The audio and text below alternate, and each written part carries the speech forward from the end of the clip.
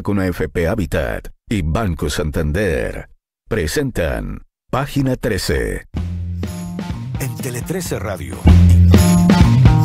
Claro, ya estamos en el aire haciendo Página 13, la última conversación del día acá en Tele 13 Radio 103.3 en la ciudad de Santiago y con Quique Mujica. ¿Cómo estás, Quique? ¿Qué tal? Muy buenas tardes. Buenas tardes al equipo del martes. Andrea Vial, ¿cómo estás? Buenas tardes. Muy bien, muy buenas tardes. Excelente comunicación, presencia. Paula Comandari, ¿cómo estás? Buenas tardes. ¿Qué tal? Muy buenas tardes. Bien, hechas las presentaciones podemos comenzar. Enrique Mujica no quiere ver Adolescencia, que es la serie del momento. Como dijo el Mercurio, la serie que está en boca de todos. Estoy como Gonzalo Inter, en estado de reflexión.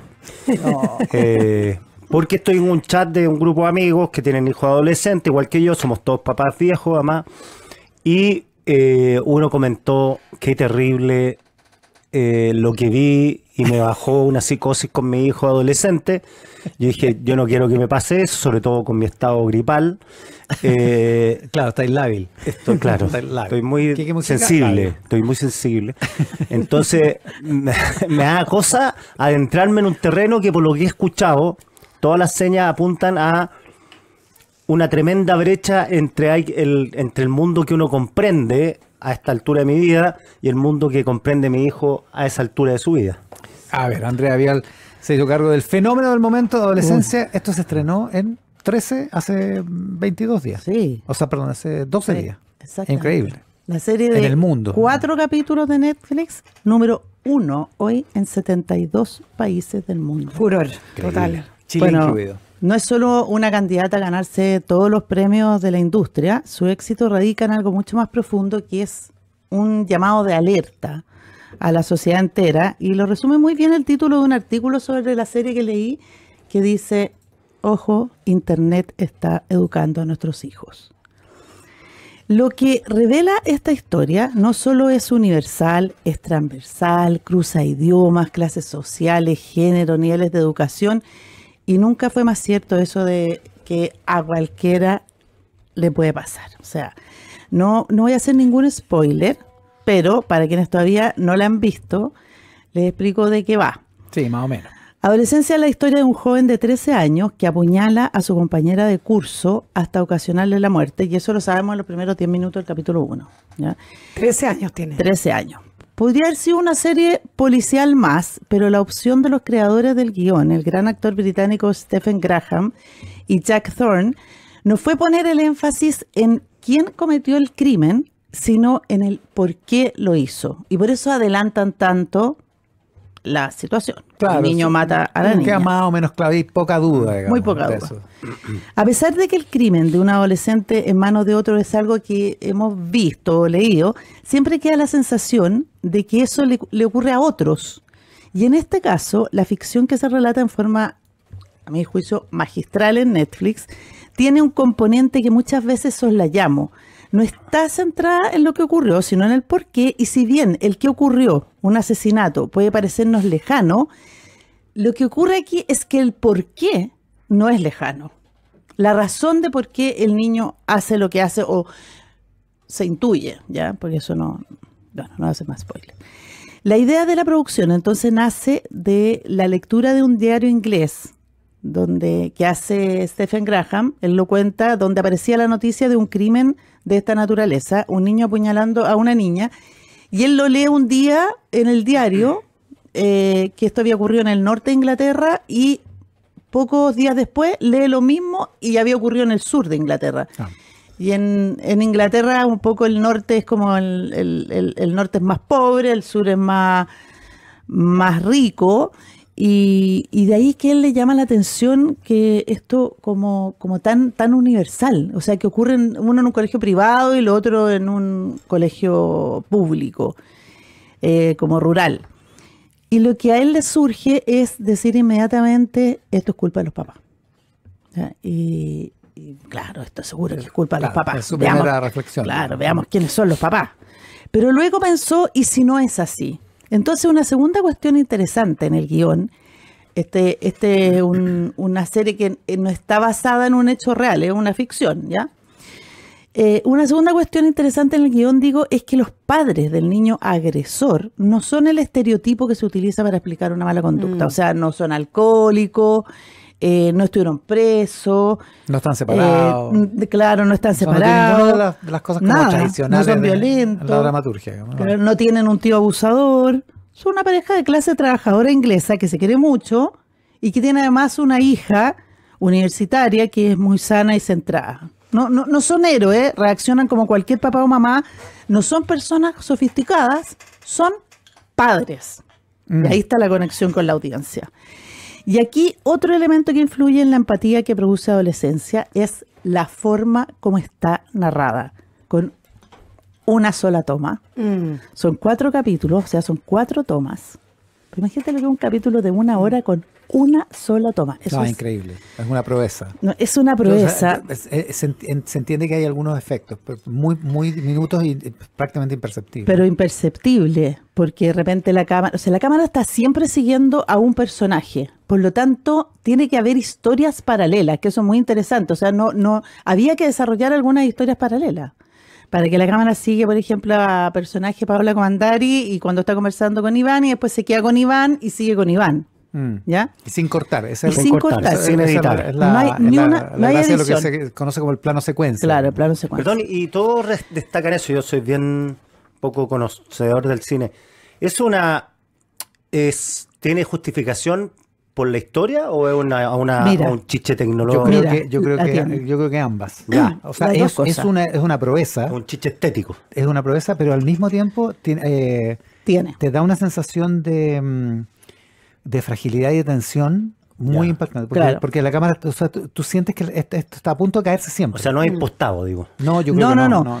Mira, Stephen Graham tiene una película anterior que trabajó con el mismo director que esta, que hace lo mismo. Pero esto es mucho, mucho más elaborado. El primer capítulo es la segunda toma y el cuarto capítulo es la 14ª toma. Bueno, de las repeticiones. De las repeticiones. Porque imagínate un plano secuencia. O sea, si alguien se equivoca hay que partir de nuevo. Exacto. En un momento se les cortó toda la luz y hubo que partir de nuevo. A matarse. Ahora, ¿cómo lo ensayan? Lo ensayaron como una obra de teatro. Ya primero un día, una semana, todos leyendo el libreto, todos, camarógrafo, técnico, actores. Y luego la segunda semana la cámara hizo todo el recorrido de 1 hora por donde tenía que ir para captar a los personajes. Y entonces cuando se parte, así, 1, 2, 3, vamos, están todos en sus puestos. Y todo es una coreografía. Es una coreografía. Claro. 2 capítulos al menos, 2 y medio, que son en exteriores. O sea, son en locaciones reales. Sí. Y uno con un Lo dron. que es más difícil. El otro es impactante. Y hay otro que es entero en una escenografía, claro, que es un edificio como recreado dentro de un estudio. Claro. Digamos. Es un poco ligeramente más fácil, digamos. Sí, la cámara en el fondo es completamente voyerista y avanza y se mete como en todos los rincones y lo hace de tal manera que la audiencia se va enterando, y esto también es una opción del guión, se va enterando de los hechos junto con los papás. Y eso hace que el público se involucre y sienta en todo momento la angustia y la desesperación de la familia. He conversado con mamás de adolescentes que vieron la serie y que han quedado así anonadadas, y en parte porque lo que sugiere adolescencia, que tiene desde mi punto de vista cero olor a moralina, es que los niños no solo están mirando porno en sus celulares inteligentes a una edad que no les corresponde, sino que muchos están participando en lo que se llama la manósfera, que es un conjunto de comunidades digitales que acoge a hombres nostálgicos de ese pasado donde ellos eran fuertes y las mujeres sumisas y bonitas y felices, como lo escribió el diario El País. Hay una versión como graciosa de la manósfera en Machos Alfa, que es una serie de Netflix también que es española, donde uno de ellos pololea con una escritora, Claro. con una escritora feminista que lo manda como infiltrado a una reunión de incels, digamos, Claro. que es el concepto que se usa, que Claro. son célibes involuntarios. Célibe involuntario, ese es el Ese es el concepto. concepto. Sí, me voy a referir a él. Mira, las intervenciones de estos grupos son misóginas y sus diálogos siempre terminan denigrando a las mujeres. La manósfera utiliza blogs, sitios de internet, cuentos de Instagram o Facebook, lo que esté captando audiencia, y también va en cuestiones más profundas, va bajando en la medida que tú te vas metiendo ya a círculos mucho más reducidos que probablemente van por Signal, por otras plataformas más privadas. O sea, son gente que puede glorificar a un grupo como La Manada de España. Totalmente. O sea, puede glorificar al grupo, a los protagonistas y al hecho mismo, porque sostienen eso, que las mujeres tienen que básicamente ser dominadas, digamos. Yo cuento esto porque el niño de la serie cae en esto, ¿ya? La mayoría de quienes participan en sitios de la manósfera son gente entre 18 y 30 años o más jóvenes, muchos de ellos frustrados porque sienten que las mujeres no los cotizan, que son una amenaza y que parte del problema está en la aparición del feminismo. Por eso para ellos la manera de referirse a las mujeres es con acrónimos que las definen como todas prostitutas. La socióloga española Elisa García Mingo, de la Universidad Complutense de Madrid, es de las pocas académicas que ha investigado este fenómeno. Y lo que más le preocupa, dice en esta entrevista en El País, es la facilidad y sutileza con la que los niños se topan con este contenido y cómo lo internalizan, convirtiéndolo en algo emocional que ya no se puede refutar con argumentos ni datos. Por ejemplo, un chico que empieza a salir con chicas y busca enganchar en Google, pronto caerá en una espiral de contenido hostil, misógino e incluso autodestructivo. Y dice García Mingo, como padre nos preocupa mucho la pornografía, sí, pero ni siquiera estamos pensando en esto, que es casi peor. En la adolescencia, Jamie, el chico de la serie, se mueve en estos grupos. Y se mueve porque él se considera feo y poco atractivo. Y le hacen cierto bullying, porque igual le publican cosas como en contra de él con este concepto del célibe involuntario, que tiene además como muchos likes y mucho furor ese Instagram en contra de él, digamos. Espérame. Él a los 13 años llegó a una conclusión lapidaria, ya que es que se considera incel, ya este término que se acuñó en los años 90 y que se extendió gracias a las redes sociales, y que en español significa un célibe involuntario. Son hombres que queriendo tener una relación romántica no puede tener una pareja ni una vida sexual, se sienten incapacitados. Y si bien no toda la cultura incel se considera violenta, varios de los promotores de estos sitios han terminado presos por crímenes pavorosos. Algunos de esos ataques masivos, no sé si recuerdan el atropello en Toronto, en Canadá, el 2018, un joven que atropelló a 10 personas, o sea, a muchas personas, pero 10 murieron, y él en su Facebook, días antes, había escrito: la revolución incel ya ha comenzado. Ya. O sea, pasan al terrorismo. Al terrorismo. Bueno, de hecho, en Estados Unidos y en Inglaterra, creo, y en Canadá son considerados actos terroristas. Este grupo es considerado un grupo casi terrorista en algunos países, no recuerdo en cuáles. Existen también otras subculturas que dan vuelta en las redes que consideran a los incel unos llorones, ya que están todo el día lloriqueando porque las mujeres no los toman en cuenta. Pero esos grupos también sienten algo parecido, consideran que la discriminación que experimentan es porque vivimos en una sociedad ginocéntrica, aquella que prioriza los puntos de vista, intereses y problemas femeninos. ¿Ya? La Gran Sancho, señal que cabalgamos, podría decir el mundo feminista, y sí, es verdad, pero si esta cultura crece, si esta contracultura crece, si de verdad los adolescentes que se sienten rechazados, poco atractivos físicamente, como lo que sentía Jamie en la serie Adolescencia, los impulsa a vivir como una masculinidad tóxica, violenta, la cuestión es más, estamos en algo mucho más complejo que un grupo que pueda ser considerado terrorista. ¿Ya? El periodista de la BBC, Jonathan Griffith, porque con esta serie que ha tenido este impacto tan enorme, están apareciendo todo tipo de reportajes, tratando también de ver y de entender qué pasó como con este niño y qué es lo que está pasando con los adolescentes. Y como nosotros también entender, porque si esto está pasando, o sea, si hay un fenómeno con esta serie, es porque algo está enganchando. Claro.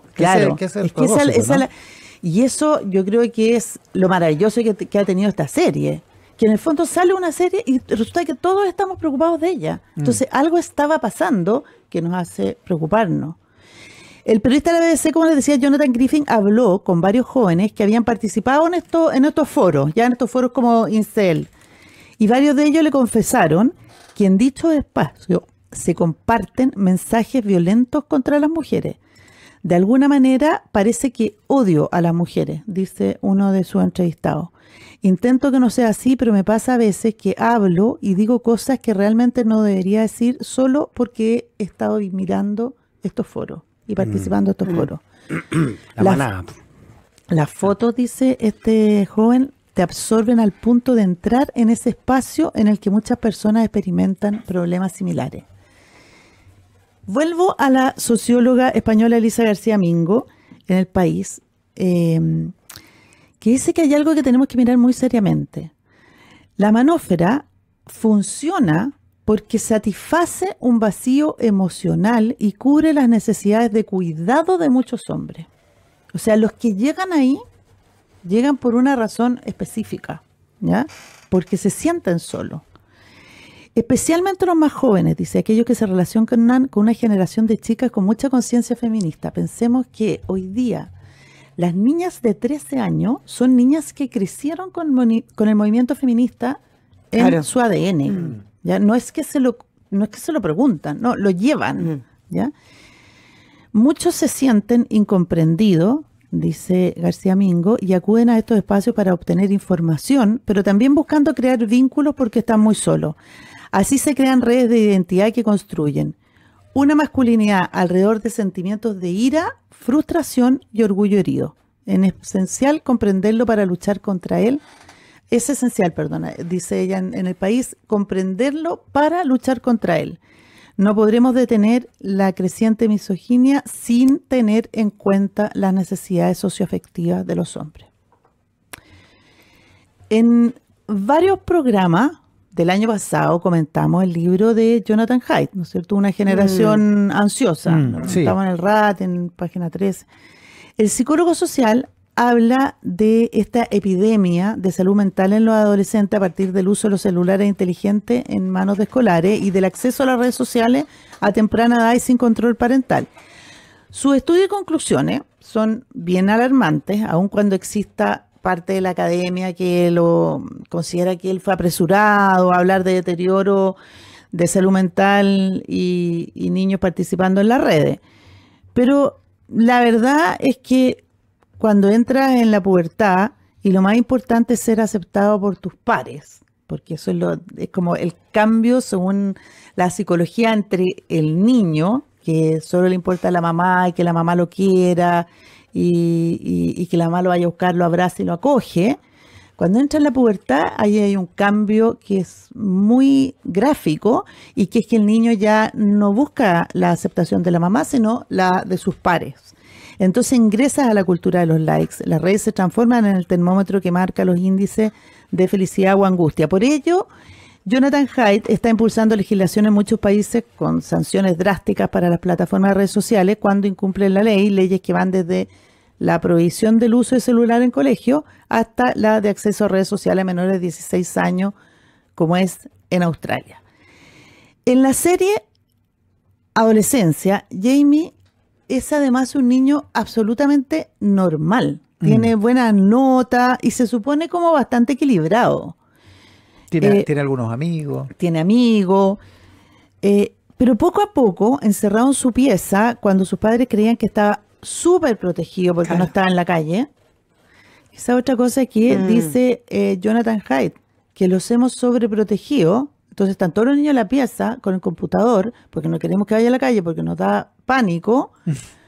Y el computador está en la calle. Es peor. Claro. Entonces, es otra calle. Claro, es mejor que se vayan a aburrir y a chutear a la calle. ¿Ya? Y Jamie, en esta situación, caen entonces en las redes y las conversaciones de la manósfera.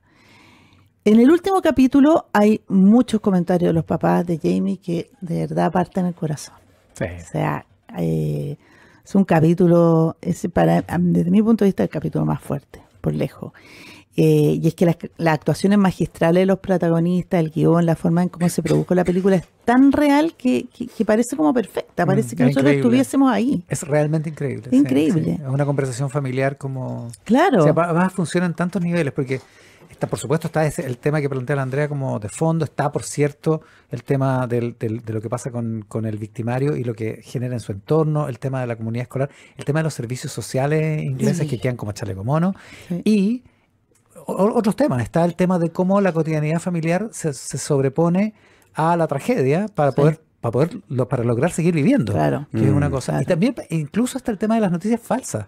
Está involucrado también en alguna parte del relato. Sí. Las noticias falsas y cómo se genera el debate al interior de ciertos grupos que crean sus propias teorías conspirativas alrededor del crimen. Es una cosa muy impresionante. Muy impresionante. Porque está hecho de manera muy inteligente como está metido. Claro. Eso. En ese sentido, lo que dice Iván, lo que hace esta serie es que invita como a una gran conversación. Primero con los hijos y luego, creo yo, con toda la sociedad. Porque pareciera que nuestras respuestas nos sirven. Y nos sirven porque como padres no conocemos ni el lenguaje ni el problema. Y ahí hay una escena que a lo mejor a esto te referías, Pauli, en el segundo capítulo, que refleja esto de manera muy clara, y con esto voy a terminar. El policía que investiga el crimen está conversando con su hijo, que va al mismo colegio de Jamie. Claro, porque, sí, eso es lo otro, que es una comunidad. Sí, es una comunidad. Porque no es en Londres, chico. Esto es un pueblo chico. Pueblo chico como cerca de York, así pareciera. Están en el auto a la salida del colegio y el policía no tiene una buena comunicación con el hijo, para nada. O sea, como que el hijo adolescente no lo ve, llega cansado, tarde, lo ve poco, y tiene la típica conversación de así como, ¿cómo te fue en el colegio? ¿Qué materias tuviste hoy día? Una conversación así bien boluda, que es como la que uno muchas veces tiene con los hijos, ¿no? Obvio, dímelo a mí. Bueno, tratando de que el joven le cuente algo de lo que se comenta en el colegio para lo que le interesa a él, ¿no es cierto? Porque él está viendo qué pasó, investigando este crimen. El policía le comenta, me pareció que Katie, que es la niña asesinada, estaba como flirteando con Jamie, a juzgar por los emojis que le pone en Instagram, ¿ya? Porque él había tenido acceso a su Instagram. Y el hijo le responde, papá, no estás entendiendo nada. No sabes lo que significan los emojis. Tú no sabes. Uf. Sí, eso está en el centro de la conversación. Yo no quiero enredarlo, pero todo significa lo contrario o un subtexto que los adultos no manejamos. No entendemos. O sea, todos los colores de los corazones, les quiero contar, se interpretan de una manera es muy buena. Sí, hay una especie como de ¿cómo se dice? Un glosario, glosario de los colores de los corazones. ¿Qué significa? Sí, y tampoco les voy a contar porque yo tampoco lo entendí. Yo me acuerdo cuando vi Matrix, yo no la entendí. La vi 2 veces. La segunda vez la tuve que ver con mis hijos, que algo traté de entender. Algo entendí. Aquí hay una referencia a Matrix también, con la pildorita roja. Es verdad. Ya, está buena. Además, y por sobre todas las cosas, es gran televisión y muy entretenida. No, pero el desafío que tenemos. Más allá de cualquier consideración extra, intelectual, digamos, y de claro, de interpretación. Es gran televisión. Es muy entretenida. Muy extraordinaria. Y el desafío como padre que nos queda es enorme y profundo, porque además, lo que decíamos antes, que claro, hablamos de la manada, de la misoginia, pero estamos hablando de niños de 13 años que, entre comillas, odian a sus propios pares. Claro. Que es tan complicado. No, los que tienen hijos chicos, no te digo nada, Paula. No. Ya, con Paula Comandari, con Andrea Vial, con Quique Mojica, que también tiene hijos chicos, haciendo esta edición de Página 13. Un programa que te invita a explorar nuevos puntos de vista. Escuchas Página 13, con Iván Valenzuela y Quique Mojica. En 2003, Aaron Ralston quedó atrapado en el desierto. Tras 127 horas tomó una decisión extrema para sobrevivir. No te pierdas su inspiradora historia este 15 de abril en el Metropolitan Santiago. Entrada gratuita, cupos limitados. Más info en cmpc.com.